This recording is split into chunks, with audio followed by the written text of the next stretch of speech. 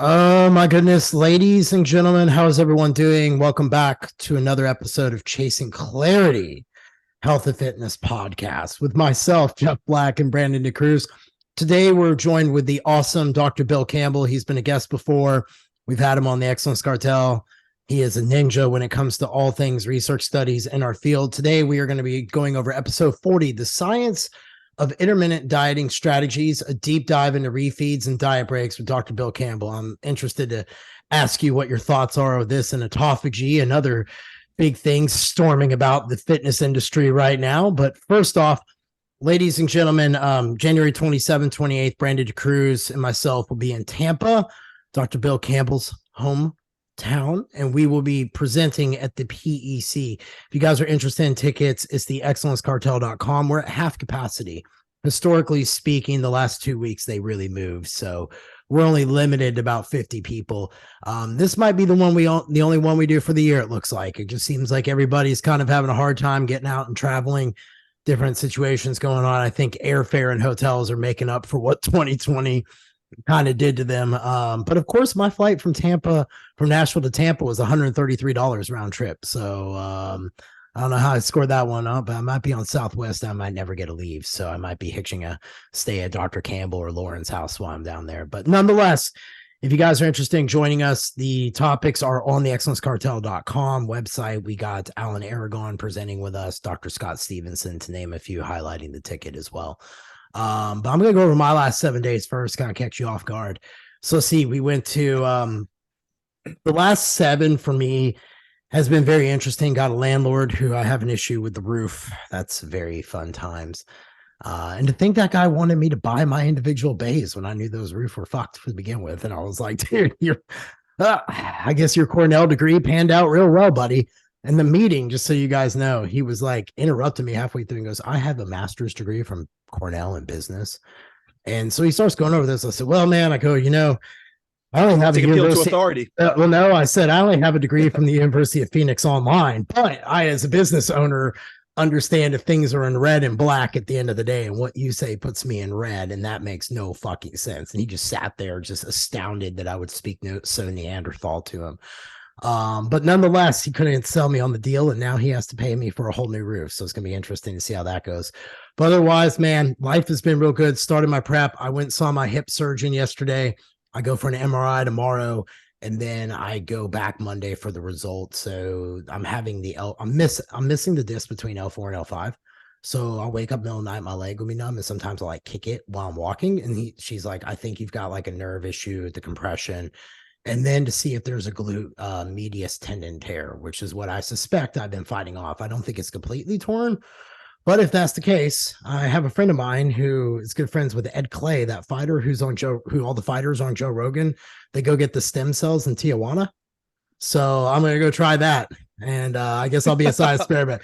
Dude, I mean, it's all. So here's the deal. If you live for this stuff, though, to be honest with you. I'm not saying the injuries, but you love the experimental side of things. So I know that you're going to document this. You're going to make the most out of it. And you're going to love the process. So if anyone is up for the challenge, it's going to be you. Okay, so let me give you to like this. This is the reason I won't do it. I'll get on you all 7 days so we get kicking it. In order for them to replace my hip, which is the logical solution, because my arthritis is like that of a 90-year-old. Like, she's like, I don't even know what to do with you because you're not supposed to exist. So we'll just do what you want, kind of is what she does. They have to remove the rod out of my right femur, Brandon, at which point they have to let it heal for 12 weeks. And then they re-rod at the same time they do the hip. So I'm down 6 months before I'd be able to allow to walk. And with my bone disease, who knows what that bone could do while it's healing. Absolutely. So it's a huge risk. And I'm like, well, fuck that. I'd rather take the risk of Tijuana and the stem cells. The worst case, they don't work. Well, guess what? I'm 5-10 years down the road. Hip surgery's gotten better. And by then maybe I could get something customized, where they could draw it out and with computer stuff and make it happen. So that's kind of why I'm holding out and choosing to go that route. So you have like the background, like it's literally a 6-month tie up. And like, if I ever walk right again. Can you not get the stem cell treatment in the States?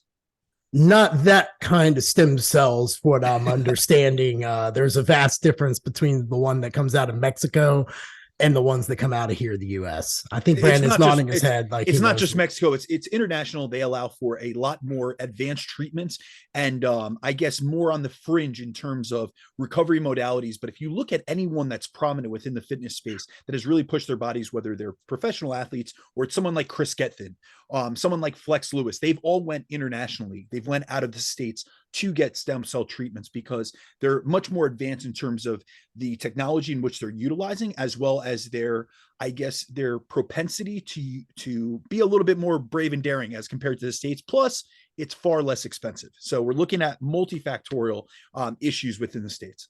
Yep. Okay. Yep. So that's why I'm shooting to go that direction. So if everybody's curious, it's a 6-month lay down versus take a shot, roll the dice, and see whatever they do. But I'll document it, and I'll make sure I tag you guys so that way you guys see me down in Mexico and having a good time. So whatever drugs you guys want mailed back, I'll tip my best. But anyway, no, I'm just kidding.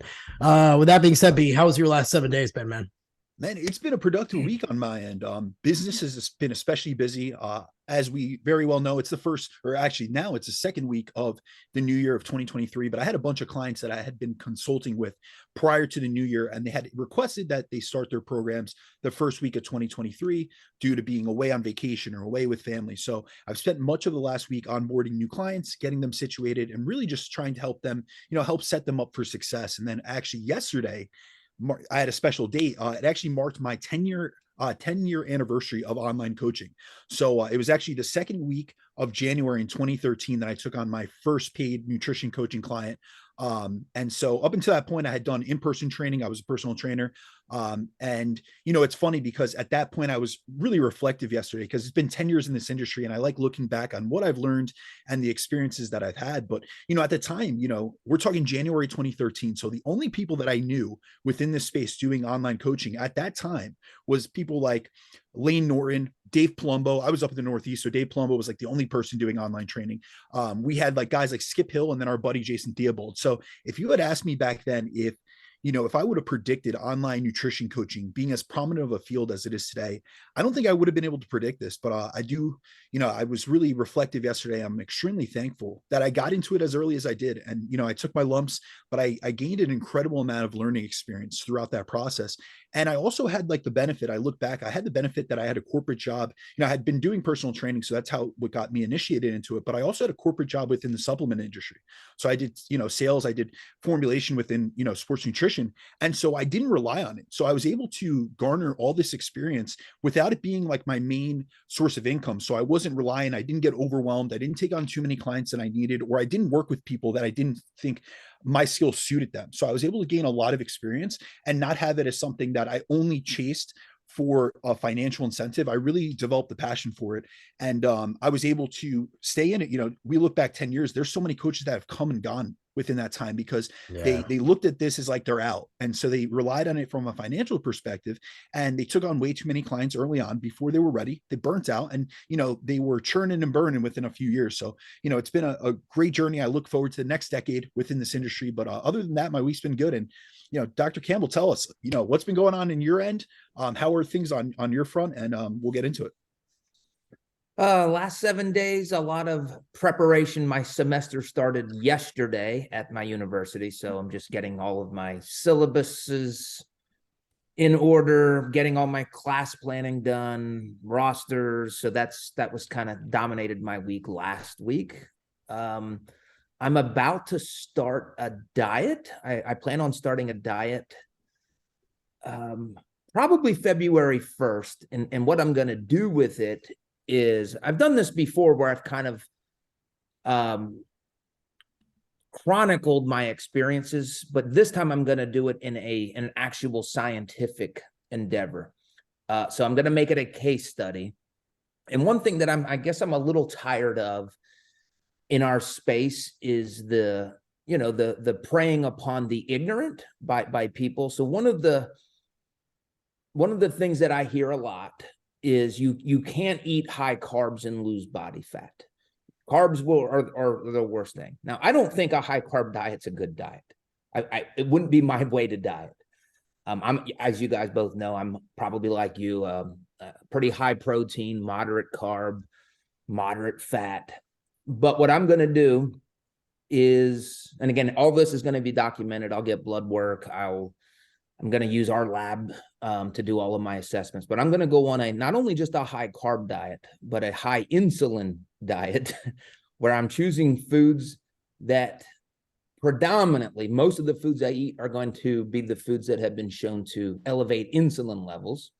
So high I'm glycemic. reduce my calories, and I'm basically going to put out there, publish this as a case study, just as help to coaches, personal trainers to say, just to give them something easy to say, well, that's not true when you hear that you can't lose fat if you eat a banana, or you can never have a soda. And again, it is not the way that I would prefer to diet, but I'm going to do it, and I'm kind of looking forward to it. I'm as heavy as I've ever been in my life, so I'm ready to go on a fat loss phase. I have a question for you. Once you do this, how do you plan on getting this narrative out to combat what you hear a lot of, that I hear a lot of, that Brandon hears a lot of, like clients keel over dead the moment I give them, like, if they see carbs over 52, they're like, like, it's okay, breathe, we're fine, just let's walk this out, so yeah. So I'll just say the two things that are on my mind. One is, obviously, I'll document it on my own social media, but the bad thing there is people that follow me already, they're not the ones that need the message. Two, I've been communicating with Mike Matthews. I don't know if either of you are familiar with him, from Legion Athletics, supplement company. And he's written some, I guess, best-selling books. He's discussed getting, I don't know, what are they called? Not an agent, PR person. So that's something I have to explore a little bit more, but yeah, at the end of the day, I don't know. I mean, what makes it unique is I'm going to put it in the scientific literature. At least I can't guarantee that it'll get published, but I'm doing this under the scientific rigor of any other case study. So it's going to have that aspect to it. But in terms of getting it out, yeah, my only thinking is through my own channels, and then hopefully people share it. But if you have ideas, I'd love to hear it. Reach out to local news channels. Yes. They do a lot of like the talk of the town stuff and things like that. I think if you could get it to catch virally, you'd have a good chance of getting it locally. And then just go on the internet and just put some salacious title that makes them want to read it. And then they'll just grasp doing it. But, legitimately, that's the biggest hurdle that this industry faces. This, what we're going to go over today, these studies, like, kind of spit in the face about what everyone ever comes into a gym and talks to me about, at least. Like, 95% of people now have no nutritional grasp, and it's only going to get worse because they're recommending for pediatric children to look into semaglutide for extreme obesity. So we're not really fixing. Yeah, it was in the AP yesterday. I was like, oh my goodness. And then all the money. Yeah, it's all about the money, right? So how do we, like, that's where I think about as coaches fighting that good fight to get out into the mainstream, because everybody's only using the shit that's sexy right now, like in their marketing, and none of that marketing penetrates to the level it needs to. And that's something that when I did the third phase of 75 Hard, you had to go talk to strangers every day. And I was talking to people at the mall and grocery store, and they have no clue what Brandon, I, or you do. Like it's the most foreign grass. Like one out of probably like every 50 people had a little idea of some stuff. Yeah. Yeah. So, all right. Well, Brandon, I'll turn it to you, man. Leg Shack and Dr. Bill Campbell. I'll probably hit you up the back channels as ideas come to me to whore yourself out there and make yourself famous. Absolutely. I appreciate it. All right, guys. So on today's episode, we wanted to cover the topic of intermittent dieting, which is essentially the concept of taking periodic breaks during a deficit where we bring calories up. And generally, we're going to bring them back up to maintenance. And so from my perspective as a coach, I've personally utilized nutritional periodization with both myself. So in my previous preps, my own dieting phases, as well as with my clients, both between phases and then within phases, such as during a fat loss phase, which is where I found a great benefit to utilizing intermittent dieting strategies like refeeds and diet breaks to help mitigate and manage some of the negative biofeedback I may see in a client as a result of being in an energy deficit. So on today's episode, we wanted to bring on, Dr. Campbell back on to cover the science of refeeds and diet breaks, as much of the research, especially the recent research that we have on these topics, has been done by Dr. Campbell in his lab. So, before we get into today's topic, I just want to quickly define what we're going to be referring to when we discuss these intermittent dieting strategies. So refeeds and diet breaks are similar in the fact that these are both periods of time where we get out of an energy deficit and we increase calories back to maintenance, which is mainly done through the increase in carbohydrate content. However, really the biggest difference is that we're looking at when comparing and contrasting these two different strategies is they differ in length, as refeeds are generally defined between 1 and 3 days in length, whereas a diet break is usually 1 to 2 weeks back at maintenance. So, Dr. Campbell, to start off the convo, would you be able to dive into your first study on intermittent dieting, which was the back-to-back day refeed study? Yes. Yep. So the refeed study was in, like a lot of my studies, resistance trained individuals. And that's where we can appreciate there's less than probably 0.1% of research, that fat loss research is done in people who are not obese or who are not overweight. So this is a very, very small sliver of the weight loss research. And in our case, this is who we typically work with, people who are active resistance training. So there's the study population, resistance trained males and females. They were instructed to go on a 25% caloric deficit diet on average. I don't get to what I mean by on average, for 7 weeks. And also during the 7 weeks, they reduced their calories again by an average of 25% per day. And they had to resistance train in my lab where we could watch every rep, every set to make sure they were going to near failure, make sure that they weren't missing workouts. I think their program was 4 days per week. And what made the two groups different, everybody dieted for 7 weeks. Everybody had an average caloric deficit of 25%. The difference was the inclusion of refeeds, and we'll call them carbohydrate refeeds in this case. One group, we said, you just reduce your calories by 25% for the entire 7 weeks. So every single day for 7 straight weeks, you're going to be in a 25% caloric deficit. And I think we took 2 weeks before they started their diet to kind of dial in what their maintenance calories were. The other group, we said, you are also going to reduce your calories, but yours is going to be a little different. You're going to, on average, every week, it's going to average 25%. But Monday through Friday, you're going to diet a little bit harder, about a 35% caloric deficit. And we need to do that because on the weekends, you're going back to your maintenance calories, 100% of your maintenance calories on the weekend. So when you average 35% of a deficit for 5 days with 2 days of 100% of your maintenance calories, the average is 25%. We had them increase their food intake from carbs only. So the increase was in carbs. Mainly just a handful of studies showed that would help with leptin concentrations. That was in dieting females. So again, there's not a lot of science on why carbs, but that's what we did. So protein was kept the same, but the increase was in carbs. And what we found at the end of the 7-week study was the group doing the refeeds, they lost significantly less dry fat-free mass. So what is that? It's their muscle mass when we accounted for body water. Because you have to be careful when you're doing these kinds of carb loading type studies. So if they increase their carbs on the weekend, and then if you measured them the next day, well, they're going to be retaining more water. So we did 2 things to help prevent that. We waited for 2 days after their carb feeding, their last carb day. And we also accounted for their body water. They also did not have a significant reduction in their resting metabolic rate, their metabolism. They lost about 40 calories on their metabolic rate, where the other group did lose a significant amount. They lost double that, about 80 calories per day on their resting metabolic rate. So what we realized, at least in this one study, carbohydrate refeeds, not only did they not hurt, it seemed like the benefit that they provided was it helped preserve their muscle mass. Now, both groups lost the same amount of body fat. There was no body fat advantage, but there was something, at least in this one study, where it helped with maintaining their muscle mass. And we don't know exactly why, but we have at least some theories as to why that was the case.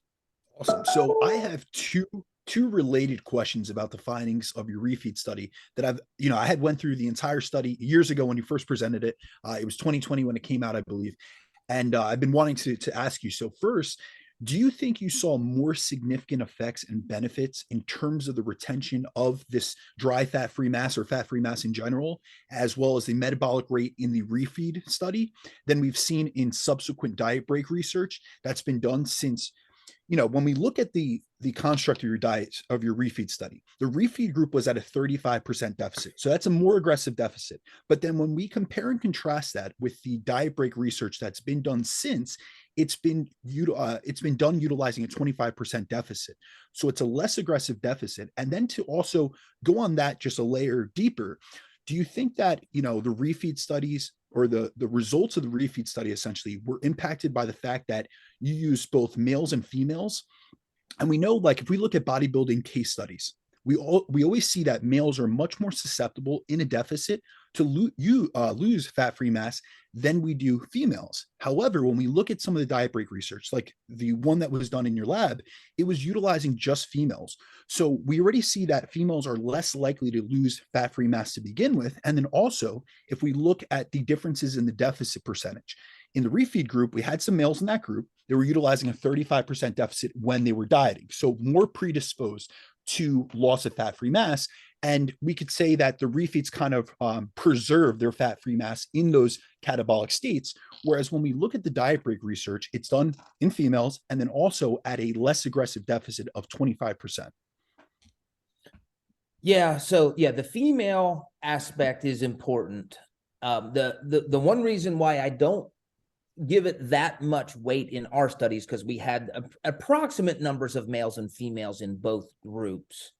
But if I were to do the study again, I think it would be cool to do it in males, just because of the propensity to lose more lean mass.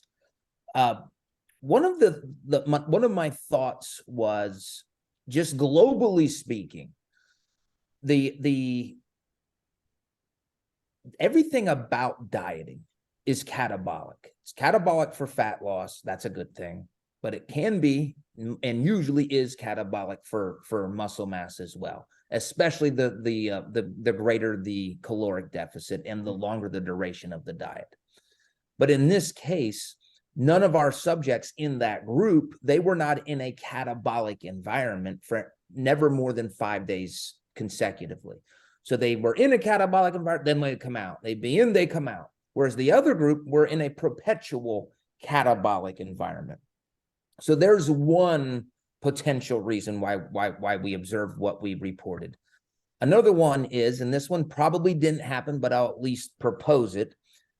If they kept essentially carbing up to some extent, which they did, because they're increasing their calories on the weekends in the form of carbs, is it possible that on Monday and on Tuesday, for those workouts, that they are just able to train more intensely? They're able to impart a greater anabolic stimulus during those workouts. It's possible, but we also calculated their total lifting volume, and there was no differences. So they weren't getting more reps in each set compared to the other group. And then the third rationale is probably what makes the most sense to me. And that has to do with what we know that carbs and insulin do. So carbs will increase insulin secretion. Insulin is a very anti-catabolic hormone. So if we have some studies in humans, if you increase insulin, you actually lower the rate of muscle protein breakdown. So presumably on every weekend for 2 days in a row, we're increasing insulin, and that could have had, and the reason I say it could have, we didn't measure muscle protein breakdown, so I can't say for certain. But mechanistically, there's a plausible explanation that an increase in carbs is equated to an increase in insulin, which prevents muscle protein breakdown. So those in general are the three reasons. Now, some of the other diet break research that you're mentioning, we had the one from Australia that basically didn't find any advantage or disadvantage. I had mine that we did in females only. I think we may have talked about that before. If regardless, it's going to be published this month. I just got an email today, so it should be out. by the end of January. We also didn't see much happening there. So why this one? Why refeeds? Well, one thing is that this wasn't a traditional diet break study where they would have a week on, week off, or 2 weeks on, 2 weeks off. This was much more acute. And again, we also had the emphasis on carbohydrates. So those would be the two main differences. Awesome. Actually, speaking of diet breaks, can we dive into some of the literature on diet breaks? I know that you, like you just mentioned, you've done some in your lab. Also, Jackson Peos has done some in his.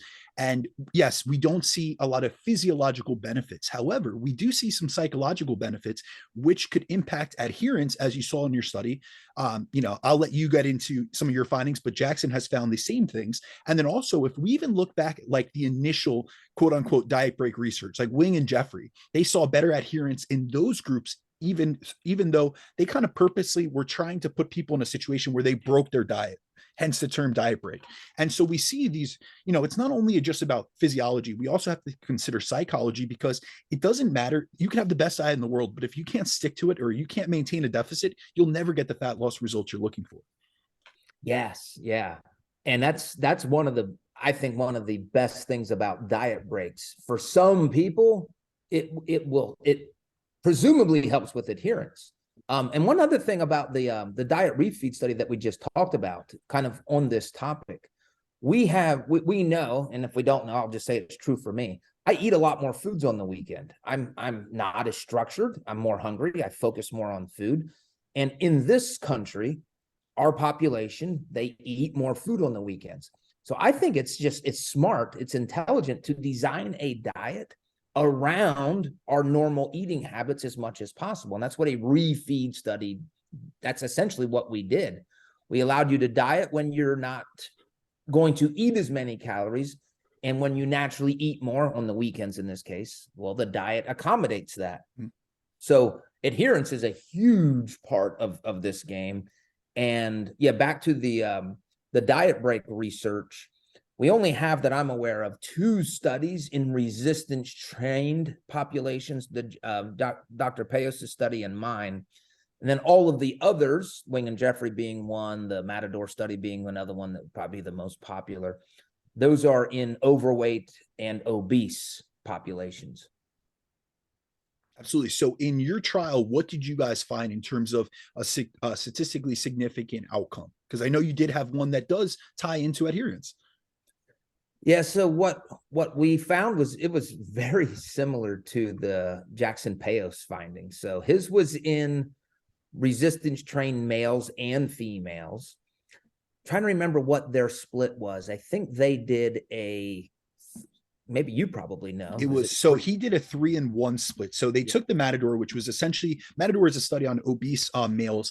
That was the initial diet break study. They did a 2-on, 2-off study. So the one continuous dieting group dieted for 16 weeks straight. And then the intermittent dieting group did a 2-to-2 paradigm. So meaning they would be in a deficit for 2 weeks and then come out of a deficit and go back into what's called a diet break for 2 weeks, which is essentially just raising back up to maintenance calories. So this isn't an all you can eat feast. This is, if say you were in a 500 calorie deficit, losing 1 pound per week, you increase your calories per day for that 2-week period to 500 calories per day. In Jackson's study, he did a 3-in-1, and his results were, it was kind of the first diet break study in resistance trained athletes, because I believe his got released before yours, and they showed a lot of if I remember correctly, it was a lot of psychological outcomes, a little bit different than yours, but very similar on the same wavelength. So they saw, lower hunger scores. I believe it was lower desire to eat. So basically better appetite management and hunger. And then they also saw greater satisfaction. And I believe they had one physiological marker that was increased, which was peptide YY, if I'm correct. I'm almost certain it wasn't leptin or ghrelin. It was peptide YY. Yeah, I think it was peptide YY, and I don't remember too much, but I would think that's correct. So they were showing a lot of, it wasn't differences in body composition outcomes, but in terms of appetite management, hunger management, they had better outcomes in the diet break group. Whereas in your trial, I'll let you extrapolate on, you saw a similar finding, but a little bit different in terms of exactly what the outcome was. Yeah, so very similar in terms of the body composition outcomes. Now, the one difference in population was we had resistance trained females. His study had males and females, but everybody's resistance trained. The other thing that we did was a different cycle. So we had a 2 weeks of dieting, then a 1 week diet break, another 2 weeks of dieting, a 1 week diet break, and then 2 more weeks of dieting. So we had 6 weeks of dieting and 2 weeks of diet breaks in the one group. And then the other group just did 6 weeks of a diet, of 6 weeks of a caloric deficit.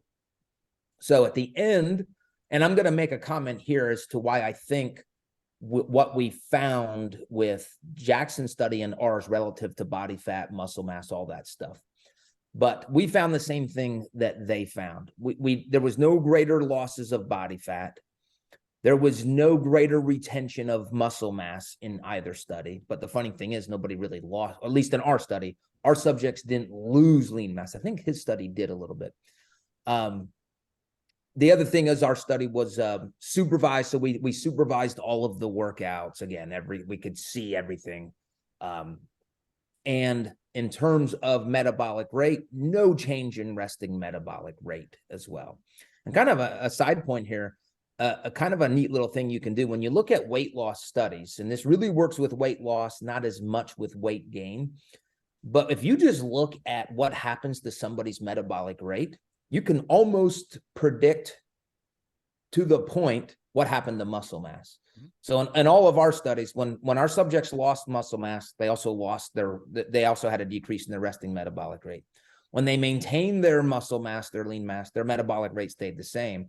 So I started noticing that in my studies, and I started trying to look at other studies like that. And it's a really cool kind of like a proxy measure, metabolic rate for muscle mass in dieting studies. Again, we'd like to think if I gain 10 pounds of muscle, my metabolic rate shoots up. It doesn't seem to respond as much on the gain as it does with the loss of muscle mass. At least if that's my interpretation as I tried to do this. Now let's get to where our study was very similar to his in terms of the perceptions of hunger. So these are psychological measures of hunger. What we looked at, we used something called a 3-factor eating inventory, 3-factor eating questionnaire, the eating inventory. That looked at 3 things: hunger, disinhibition, and I forget what was the other one. Again, I'm going to ask you my own research too, because you're like a savant with all the details. I don't remember. I do know what you found was significant. Oh, restraint. Was disinhibition though. So yeah, so we had those 3 things. No differences in hunger, no differences in restraint in our study. Mm-hmm. But we did have a significant difference between the 2 groups in disinhibition. So let's define what disinhibition is. And I hate that term because it's a double negative. And I have to sit there and like, okay, what is this one? Now I have to dis that. And then I have to end dis. It's just basically it's over your propensity to overeat. And the science of that variable is particularly true when you're in a stressful situation or in the presence of highly palatable foods. So some people would even say it's your propensity to binge eat.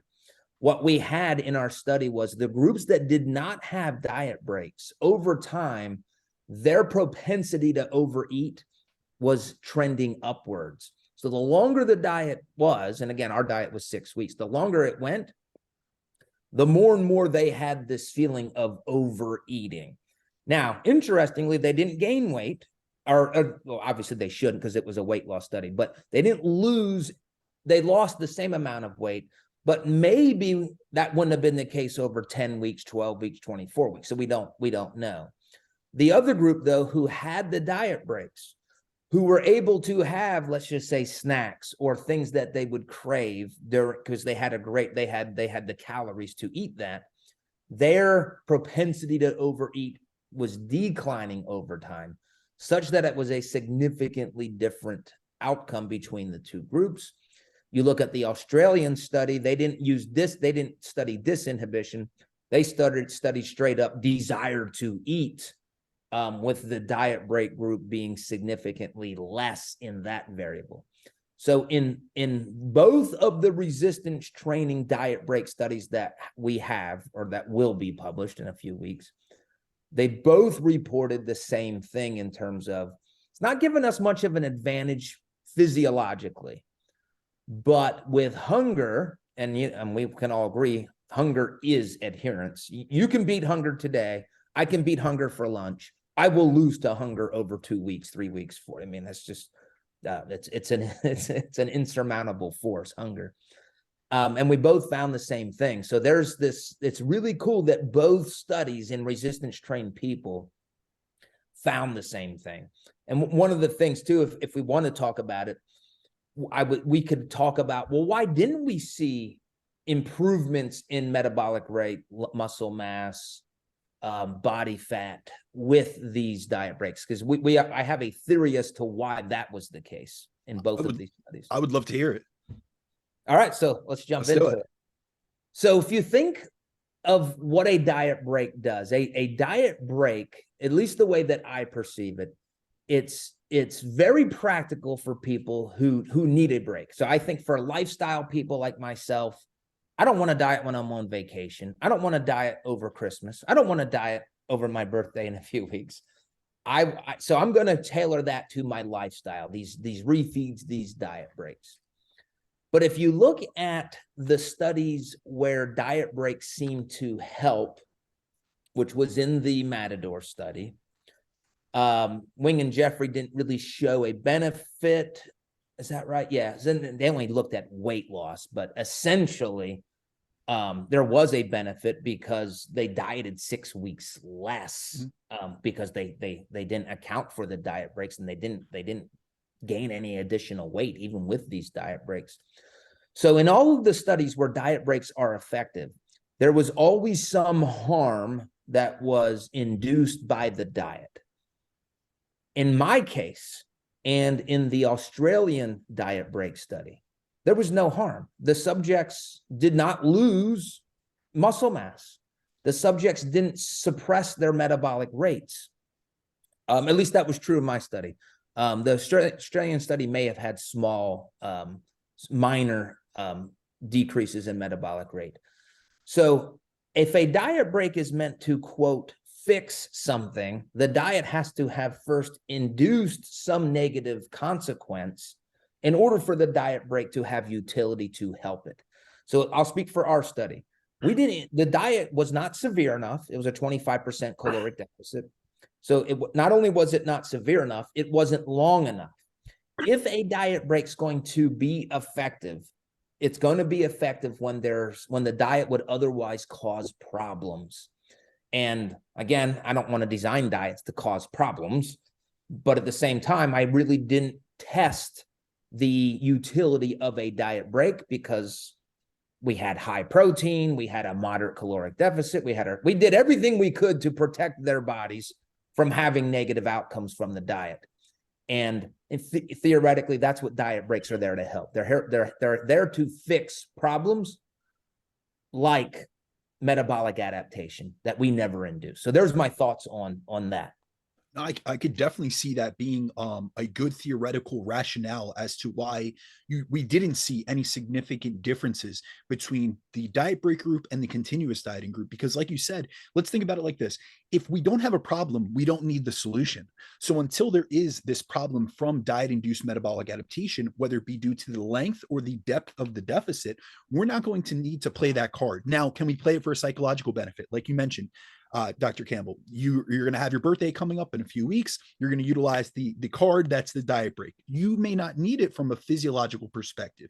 You may not be seeing losses in muscle mass or down regulations in your resting metabolic rate or decreases in need, or, in totality, a real big suppression of your total daily energy expenditure, but you're doing it to fit within the constraints of your lifestyle, to align more with your desires. However, when we do look at, say, the Matador study, they utilized a 33% deficit, and it was 16 weeks of active dieting as compared to your study that was 6 weeks of active dieting. So there's a big difference. And really where I see utility for diet breaks and refeeds, but we're really focusing on diet breaks right now, is one of two cases. So I coach, people from all ends of the spectrum. So I have guys that have been on the Olympia level stage, so IFBB pros, and then I also have Lifestyle Lisa and Gen Pop Jim, so like lifestyle clients. And so within the lifestyle client construct, I'm not dieting them to very low and essential levels of body fat. However, they have children, their parents, they have vacations coming up, and they're trying to get lifestyle lean. So I utilize diet breaks for one of two reasons or rationales. to fit within a vacation or an event, a wedding, whatever it may be, to give them the flexibility and the ability to enjoy themselves during that time period. And also, I'll also utilize it with clients that are overweight or really trying to improve their metabolic health. So we're looking to improve their body composition. We're trying to get them lifestyle lean, but a portion of getting lifestyle lean is considering the fact that up to 95% of people that go on a diet, suffer from diet recidivism within 3 years of having gone on a diet, meaning that they gain back as much as they lost from the diet itself in the post-dieting phase. So what I like to utilize dieting or diet breaks for within that subsect of clientele that I work with is an ability or a period of time to practice life at maintenance. Because throughout the course of a dieting phase, say we go every 5 weeks, I give them a 1 week diet break. Well, they get used to increasing their calories and not eating in excess. So it's not that every time that they quote unquote break the diet, they're going off the handle rails. They're going back to a moderate, intake where they can maintain their body composition, their body weight. And I believe that either your study or Jackson's study actually looked at the increases in body weight throughout the diet break period and saw that there weren't substantial increases. So you did have these individuals in energy balance. Now we're going to see maybe a pound increase or 2 pounds increase just due to the fluctuations in water and in fluid retention from an increase, especially if you're doing it within carbohydrates. However, you're still within maintenance. So you're learning to live life at maintenance. Whereas on the opposite side, and this is something we have yet to study, and I would love to study, and I'm sure you're interested in doing so as well, it's just really hard to find this population,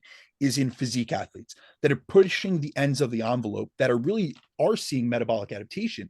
And when we look at bodybuilding, I've prepped hundreds of clients for the stage and for photo shoots. And I've been on stage 15 times myself. I know that we start losing lean body mass. So that's where we're really suffering from metabolic adaptation, where everything that you're doing is downregulated, whether it be your libido, you're feeling all these side effects. You see your hormonal profiles tank from testosterone to females, estrogen, progesterone, to thyroid hormone, to even like your ability. Like I remember being at bodybuilding.com giving a sports nutrition presentation. I was a week out from a show, and they took a video of me presenting on a topic. And it was something I was very well versed in. And my VP of my company said, "Why weren't you blinking during the presentation?" And I said, "What are you talking about?" And it was that I was moving so slow. Like I wasn't even blinking as much. I wasn't, I'm very animated when I speak. If you ever see me present, I'm pacing back and forth. I'm utilizing my hands like I am right now.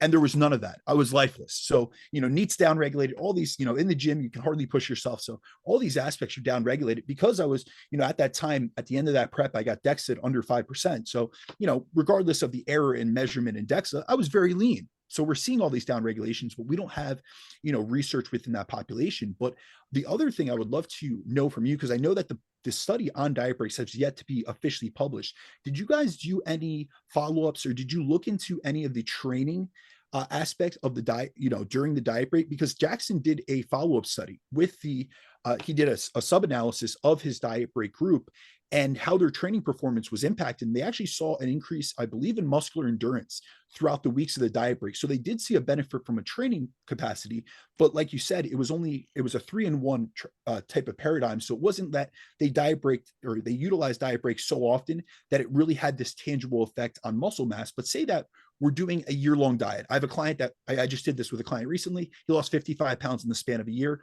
So we did very frequent diet breaks to have him, live life at maintenance, but also benefit from the performance or the training performance benefits that may lead over time. If we extrapolate that out through the course of a week, where, every 4 weeks we took a diet break. So, it was a 4-to-1 paradigm. And throughout the course of a year-long, period, he was 12 weeks at maintenance. That may lead to better retention of fat-free mass.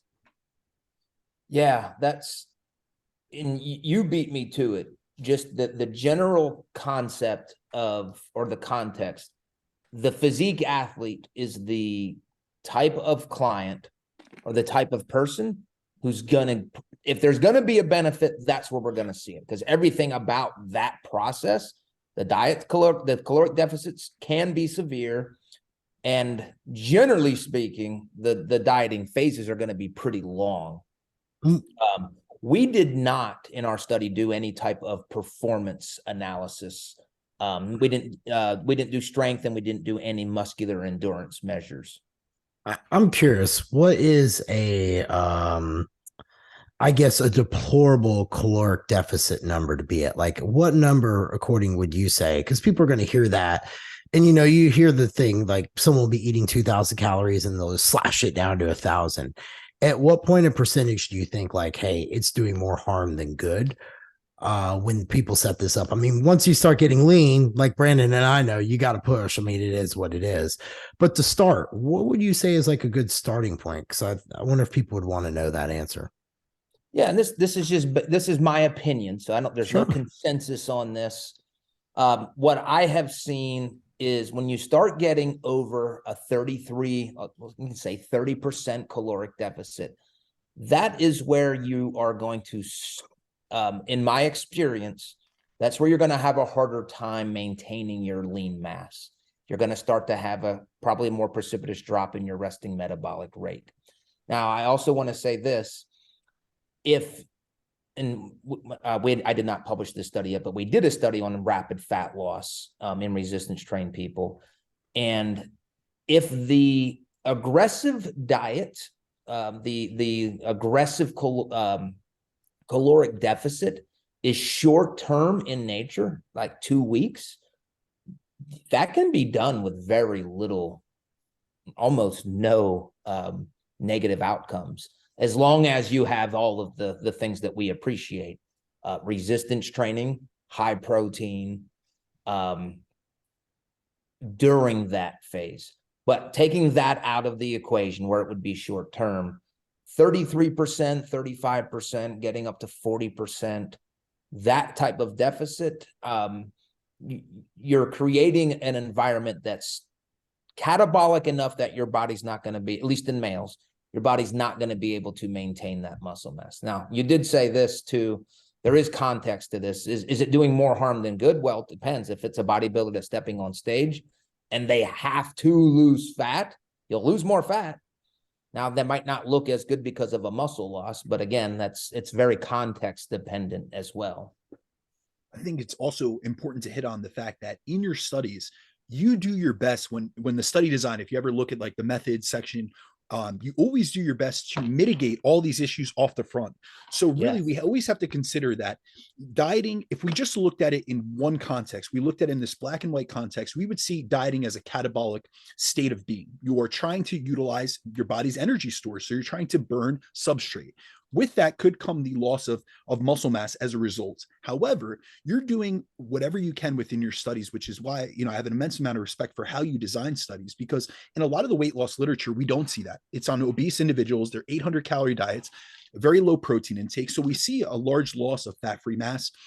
And then we also see increases, post-diet with hyperphagia. So that increased, desire to eat and that, body fat overshooting effect, because a lot of times we're not setting up these individuals or these dieters within the context of a study for success, but within your study designs, you always try to balance out the catabolic stimuli with anabolic stimuli. So you have the high protein, you have resistance training where they're in the lab. It's not, hey, do it on your own leisure. You don't know if they're doing it or not. And you're always doing your best to also make it shorter diets. Whereas there's a lot of people that they suffer the effects of metabolic adaptation and the catabolic nature of dieting because they're constantly in a deficit. They don't resistance train properly or frequently enough. They don't utilize a high protein diet. They don't prioritize a lot of these sound principles that we know to build muscle, but the principles that build muscle also retain muscle, especially when we're dieting. So we really have to look at the differences, because even when we look at percentages, we can look at percentages utilized in different studies. So in your rapid fat loss study, 37.5% deficit, not a tangible loss of fat-free mass. We look at Longland et al., 2016, 40% calorie deficit in males, but they trained these guys to bejesus. They had them 6 days a week, resistance training, HIIT training, 12,000 steps per day, two groups. Whoa. One was 2.4 grams of protein per kilogram, and one was 1.2. The 1.2 group just maintained their muscle mass. They lost body fat, maintained their muscle mass. The 2.4 grams per kilogram of protein group increased. They had a body recomposition effect within 4 weeks. So they actually saw increases in fat-free mass, and that was on a 4-compartment model. So it's, if we really look at like body measurements, like it was one of the most accurate indices of actual muscle growth, but it's because they balanced out this catabolic stimuli of the 40% deficit with all these other inputs. So it's really about maximizing every aspect of the program, whether it be from nutrition to macronutrients to calories. It's not just about the deficit, but everything else within the deficit to maximize body composition and get what we're looking for, which is quality weight loss, not just scale weight loss. So we're looking for fat loss with the retention or gain of muscle mass, rather than just scale weight loss where you're losing fat-free mass and fat mass. Yeah, that Longland study was, I know that was in Philip's lab. That was, I don't want to say unbelievable because he's a quality researcher, but man, to gain muscle in a 40% caloric deficit. And those were previously untrained males, I believe. So they had actually, no, they were previously trained males that had been detrained.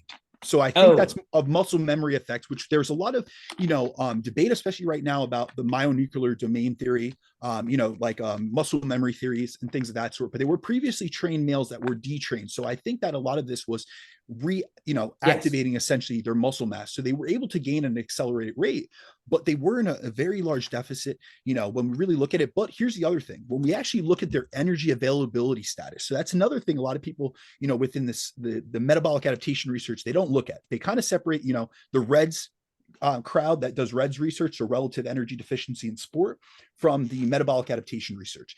But when we actually look at it from an energy availability perspective, these guys, they were very overweight. I think the average male was 105 kilograms. So big guys going into this resistance training study, previously trained, probably were great athletes to begin with. Like your average football player, previously they just got out of shape, stopped training. They were still at an energy availability status over 30 kcals per kilogram of fat-free mass. So when we look at energy availability status for females, you get into under 30, you're at a low energy availability state. But what we really see for males, a lot of the research that like Locks has done, and other researchers within that field, like Trent Stellingworth, they've really seen that men have a less of a sensitivity to low states of energy availability. And so it's really under 25 kcals per kilogram of fat-free mass that we start seeing a lot of these adaptations in terms of relative energy efficiency. So these guys were still eating, I'm not saying a lot of calories, but because of how large they were, they still had a good amount of energy availability, because a lot of what they were doing, they had increased calories, because part of that deficit was through the caloric expenditure aspect. So it wasn't that they just took them, say they were eating 2,000 calories, which they weren't, their calories were much higher than that, but you slash it by 40% and now they're all of a sudden at 1,200 calories. It was a percent deficit from dieting, and then a percent deficit from cardio, from steps, and then also from their weight training session. So it was a multimodal approach to body recomposition, essentially. Yeah, it was an overall energy deficit. Yes. All right. So the last, Dr. Campbell, if you can you just give us just like your bullet points on diet breaks and refeeds, just to wrap this up on terms of the benefits? And this can be, you have worked with people yourself. You've also seen things in the trenches, and you've consulted with a lot of other coaches. I'll tell you that there's been effects that I've seen from diet breaks and refeeds that haven't been teased out in the research yet. Like for instance, you mentioned about insulin. There are things that I've seen within my clients from a stress and cortisol management perspective that we have yet to look at, like stress indices, or even, reductions in cortisol levels. But I've seen a stress client that when I've utilized a refeed, they had a swoosh effect, whoosh effect, essentially. They've lost some water retention. So if you could just give us, a couple bullet points on some of the benefits that you've seen, whether it's research backed or not, anecdotal, observation is research as well. That's evidence as well. So if you could just give us that, we'll tie that up, and then the last section will go into your new systematic review, which I'm really looking forward to hearing about. All right. Yeah. So I'll just share my opinions on diet breaks. I won't talk about the science anymore. I think they are effective for a lot of people. Somebody who's very food focused, like me, I love looking forward to, I get to have that on Sunday. So for me, it just gives me energy to kind of trudge through the dieting process so that I can look forward to. And you made a good point earlier. It's not like you're in a food orgy when you're on these diet breaks. You are back to maintenance. So you're still having to exert some level of restraint. So I think there's a lot of value for lifestyle people. It fits how if you're going to use a refeed approach, you eat more on the weekends, design your diet around that. Nobody likes to diet when they're on vacations. don't diet then. Plan for a research, and then guess what? Psychologically, you get a check mark on the win column because you're just following the plan. Whereas if you think, well, I'm going to diet through the holidays, I'm going to diet on my vacation, then you have this negative psychological energy. Well, I failed. And I think you can, and again, I'm not an exercise psychologist, but you can totally change around your perception of your just being a successful dieter if you plan for these diet breaks. That's also very important. I'm going to go back to the research. In all of these studies, they have always been prescribed and planned. And that is one disconnect with how we do things in the real world, working with clients or physique athletes. They're not always planned. They're often based on biofeedback. So if they're in a plateau or if something's going on. So we also have to recognize that. But I will never diet.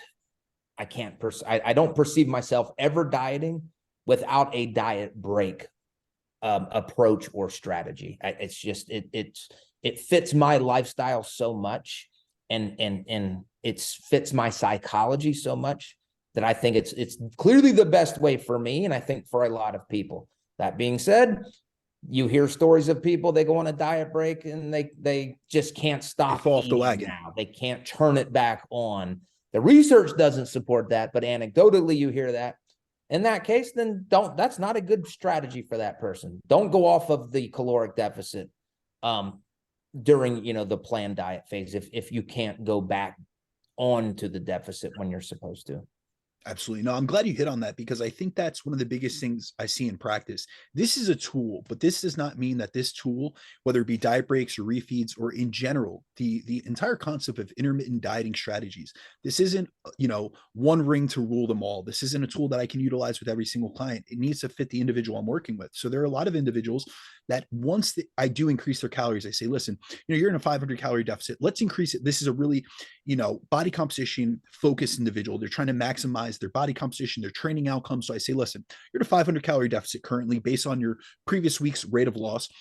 Let's increase your carbohydrates by 125. So that's going to increase your calories by 500 calories total. And that's going to make up that pound per week that you're losing.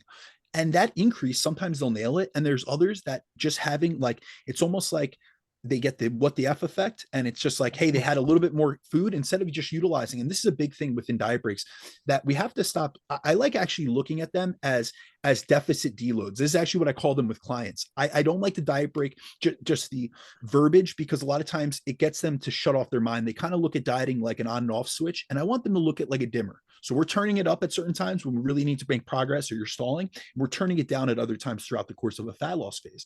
And so with a deficit deload, I say, listen, all we're doing, we're utilizing these same successful habits, behaviors, and principles that we've utilized to get you results. However, for this week or for this weekend, you're going to just eat more of these same satiating, high volume, low energy density, high protein foods that you've been utilizing throughout this entire diet. So nothing's going to change. Only things that are going to change is the amount on your plate of your carbohydrates, and you're just going to be more satiated. So if you're eating sweet potatoes and rice, go with those. If you are someone that flexible diets and utilize rice cakes and Pop-Tarts, all right, well, you know that you can moderate yourself on them. But if it's going to be something, if it's going to be a strategy that causes you to completely lose your ability to, disinhibition essentially, and it just causes you to completely break the diet, then that's not what we want to utilize. And we need to look at other strategies, whether it be continuous dieting or really reframing your mindset on dieting and on your relationship with food in general. I absolutely love the term deficit deload. That's a much better term.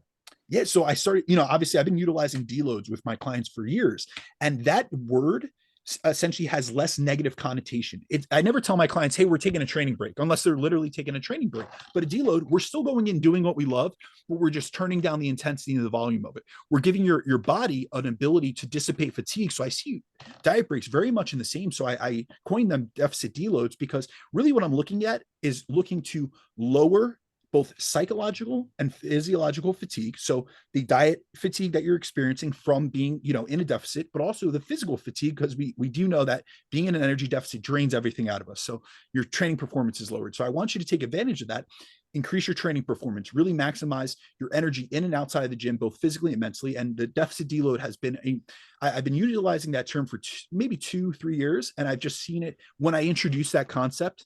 it's much better. And sometimes the person doesn't even realize that I'm actually utilizing a diet break, but because I haven't turned it as such, they view it in a different perspective. And I always say we cannot separate psychology from physiology. So our beliefs impact our actions.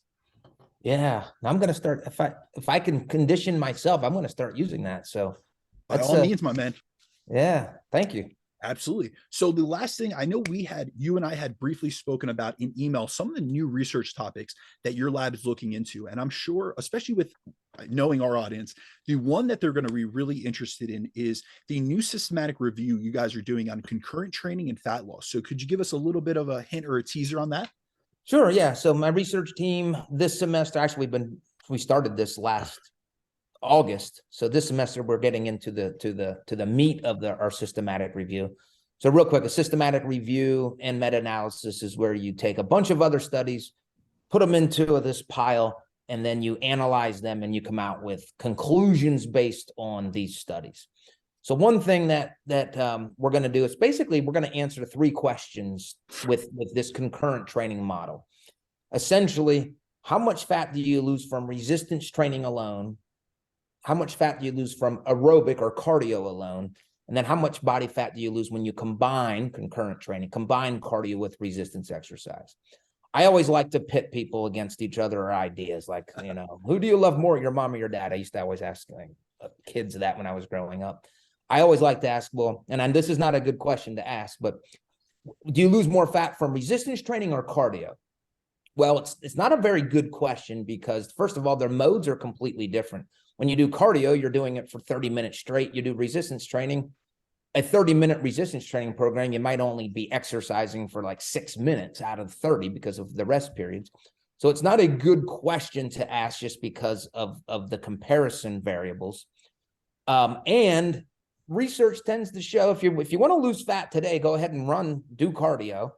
If you want to have long-term fat loss outcomes, there is some evidence to suggest that resistance training may be better. It definitely appears to be better in preventing obesity, resistance training versus cardio. So what we're going to do to more appropriately answer that question is we're only going to look at the studies. Oh, the other thing is too, you're having to look at a resistance training study here, a cardio study there, and try to come to conclusions. So we're only going to take the studies that had 3 groups in them: a resistance training group, a cardio group, and a concurrent training group, so that all of the variables in each study are controlled the same. And then we're going to say, okay, what is the expected fat loss outcomes from cardio? What's the expected fat loss outcome from resistance exercise? And then what is the fat loss output from combining them? And if I had to guess, cardio is better for fat loss. Resistance exercise is better for obviously muscle mass. And then you combine them, you get the best of both worlds. And then a big limitation that I know is going to exist. We're not going to get much data in resistance trained people. Almost all of this research is in overweight or sedentary individuals. So we're going to have some limitations on how we can extrapolate this. But I'm really liking the idea. Just the 2 modes of exercise, how do they fare by themselves, and what happens when we put them together? Now, let me ask you, I'm sure you thought of this already, but are you looking at, when we say fat loss, obviously within our industry, we think about fat loss in terms of, body fat loss and then the retention of muscle mass. Are you looking at, within these studies, total weight loss, or are you breaking it up even more? Like, say, there's a lot of research that it's been done on the loss of visceral adiposity. So a certain type of body fat that's more metabolically unhealthy. Are you going to be separating that out within this meta-analysis and systematic review? No, not visceral versus adipose differences. We will do body weight, and we will do body fat percentage and absolute fat mass. Awesome. And we decided to not do muscle mass because there's already been at least 4 systematic reviews, meta-analyses on concurrent training with muscle mass retention. So we're making this all about body fat. And one thing I'll say, we don't struggle with this in our field, but everybody in the health field, they don't appreciate muscle and fat. They just look at body weight. And you can come to very incorrect conclusions about body composition when you only look at body weight. I'll give one quick example. Everybody thinks that dieting is better for fat loss, for weight loss, than when you compare it to exercise. Well, that's not true. Dieting always comes out better because they look at weight loss. And what happens is dieting, you lose muscle and fat. But even when you just use cardio for a weight loss plan, you lose fat and you maintain your muscle. So it looks like it's not as good with weight loss, but you actually get a superior body composition outcome. Now, I know that, and I don't think that the best approach is to go out and do cardio for fat loss. I think diet is the central, and then you supplement that. That's my own personal thought. But the research in overweight and obese individuals, sedentary people, if they're looking to just optimize their body composition, cardio is better than dieting in that population. Absolutely. No, I'm glad you hit on that, but I'm looking forward to seeing this come out. Do you think it will be released within the year, or do you think this is going to be something, a couple year project for you guys? Yeah, it won't be a couple year. I hope to be done with our systematic review by May, and then we're going to start the meta-analysis section, assuming that we have enough studies to justify a meta-analysis. That, I think, will take us into the fall. I don't think it will be published in 2023. I would estimate 2024. Awesome. Well, we look forward to it. We would love to have you back on to discuss it. Yeah, I'd love to be back on. You guys are my people. You can have me on anytime. All right, Jeff, did you have any other questions to tie this up, my man? No, I really appreciate him taking the time to answer the one I had earlier to help people understand where they're at, because I think that that's a lot of the issue we see when we start coaching people. They're not used to eating. And they think that once you start feeding them, they're instantly going to get fat. I'm like, well, it doesn't really work like that. So I'm really eager to see your study about carbohydrates, and even more eager to brainstorm with you on how to get you out there in the mainstream, where one day you're like on CNN, Fox, all over, just spitting it and helping get it out there. Because that's the war that the coaching industry needs to stake its claim on, is getting out there into the gym pop people, the people at the grocery store, the Walmarts, the Targets. Those are the people who really need our help. And those are the people who you'd be surprised are interested in buying training. Absolutely. It would be amazing, Dr. Campbell. I'm sure you're familiar with Dr. Mark Hobb that did the Twinkie diet. If we could get you as much exposure as he did, that would be phenomenal. We really see. Did you happen to mention, I don't believe you did, what is the percentage of the diet coming from carbohydrates itself? Have you determined that yet? Yeah. So the way that we work this out, it's going to have to be a range. So it's, here's the dilemma. I'm going to have to, and I've already been doing this for months to condition my body. I'm going to have to eat a low protein diet. I don't like eating a low protein diet, but I've been doing that for several months, so that when I start this, the only change is going to be my calories, not my calories and a difference in protein intake. So the highest level of protein that I think I'm going to be able to do this diet the way I want to is about 1.2 grams per kg. Traditionally, I don't like to go below 1.6 grams per kg. And as a percentage, that puts my carbs approximately between 60 to 65% on average. And then the rest obviously coming from protein and fat. The other thing is I'm going to try to choose a majority of my foods that are releasing more insulin than white bread. There's this insulin scale study where they they rank these foods. So I'll have chocolate chip cookies, I'll have milk, I'll have oatmeal. Oatmeal's actually pretty high insulinogenic. Milk's high insulinogenic. Cinnamon Toast Crunch cereal, rice and bean burritos. I'm going to have a Coke after my workouts. I'll have whey protein an hour before, because whey protein's insulinogenic. Beef and whey protein actually spike the insulin index higher than white bread, which is an interesting fact. Yeah. Now, I think an argument to that is it also will increase glucagon, and that might counteract. I have to look into that a little more. But yeah, I'm planning to have like Coke or Pepsi. I mean, whoever's going to give me the most money. No, I'm joking. I have a Coke after, like, for my post-workout beverage. So again, just trying to make sure that I'm choosing foods that are going to spike insulin.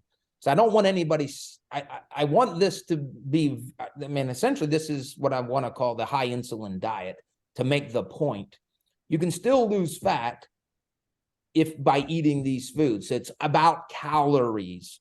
But I also want to be careful. This is not a good way to diet. I would never advise this way to diet.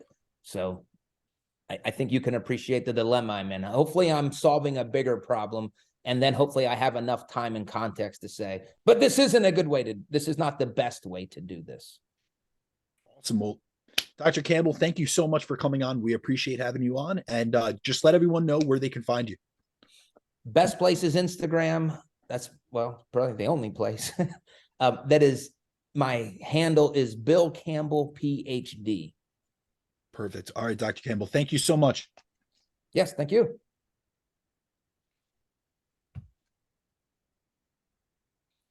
Can you guys, can you still hear me? Yeah. Yeah. Jeff, just stop the recording, Jeff. Okay, cool. Sorry, guys. Had to like hit off for a second. It was like, No worries. oh, my bad. Boom.